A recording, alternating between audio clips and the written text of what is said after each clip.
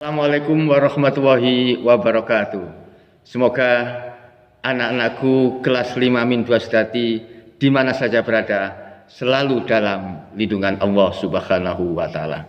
Anak-anakku, pada pertemuan kali ini kita akan melanjutkan materi sejarah kebudayaan Islam tentang Abu Bakar As-Siddiq. Pada pertemuan kali ini saya akan mengetengahkan tentang keteladanan dari sahabat Abu Bakar As-Siddiq. Beberapa hal yang bisa kita teladani dari Abu Bakar As-Siddiq adalah, yang pertama, Abu Bakar adalah seorang yang sangat rendah hati. Ini bisa dilihat ketika beliau baru diangkat menjadi khalifah. Beliau berkata, "Bantulah aku kalau aku berada di jalan yang benar, dan bimbinglah aku kalau aku berada di jalan yang salah." Ini berarti beliau rendah hati dan tidak sombong. Yang kedua adalah dermawan dan sederhana.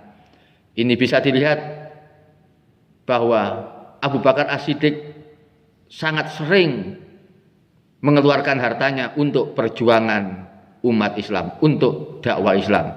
Ketika perang, Abu Bakar mengeluarkan banyak uang untuk keperluan perang tersebut. Juga Abu Bakar sering sekali memerdekakan budak. Contohnya adalah Bilal Ar-Rabah, seorang sahabat yang dulu pernah menjadi budak, kemudian dimerdekakan oleh Abu Bakar As-Siddiq.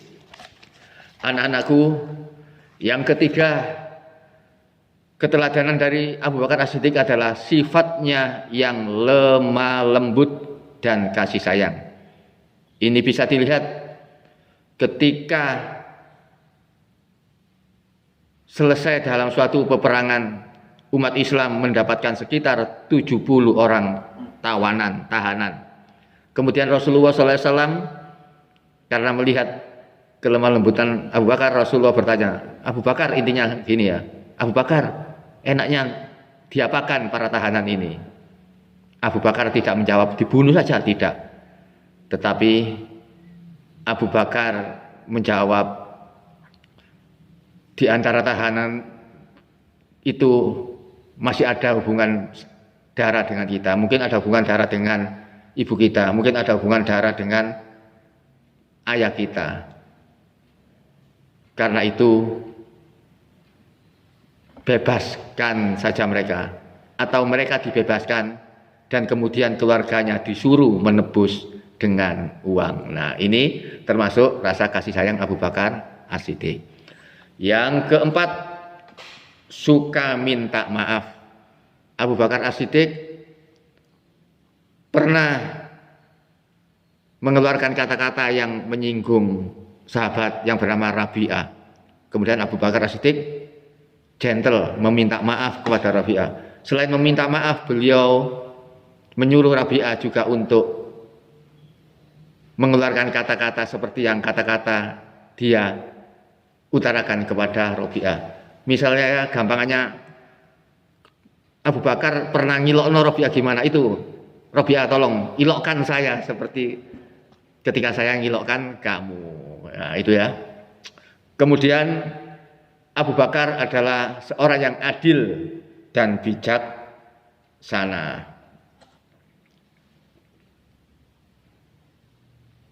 Karena adil dan bijaksana, beliau sering diminta nasihat dan pertimbangan oleh para sahabat lainnya.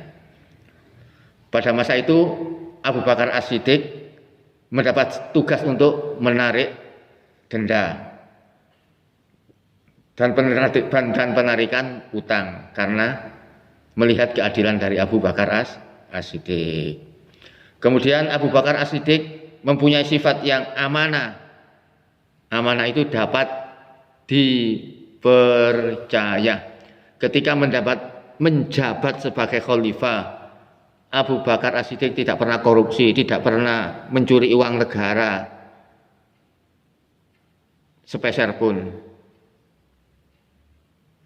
Dan ketika selesai menjadi khalifah, semua fasilitas yang berasal dari negara dikembalikan lagi ke negara, yaitu dikembalikan ke yang namanya Baitul Mal untuk kepentingan negara lagi, amanah. Tidak korupsian ketika jadi pejabat. Kemudian suka bermusyawarah. Abu Bakar As-Siddiq kalau ada permasalahan, beliau tidak segan-segan mengajak sahabat yang lain untuk bermusyawarah. Salah satu contohnya ketika beliau lagi sakit dan merasa dirinya akan meninggal dunia. Waduh, saya ini sudah secara teori sudah akan meninggal dunia. Maka Abu Bakar As-Siddiq memanggil para tokoh-tokoh di Arab, memanggil kepala-kepala suku di Arab, memanggil kepala-kepala suku yang beragama Islam untuk bermusyawarah mencari siapa penggantinya. Walaupun beliau mengusulkan Umar bin Khattab sebagai penggantinya, tetapi masih juga beliau minta pendapat dari sahabat-sahabat lainnya sebagai bahan musyawarah.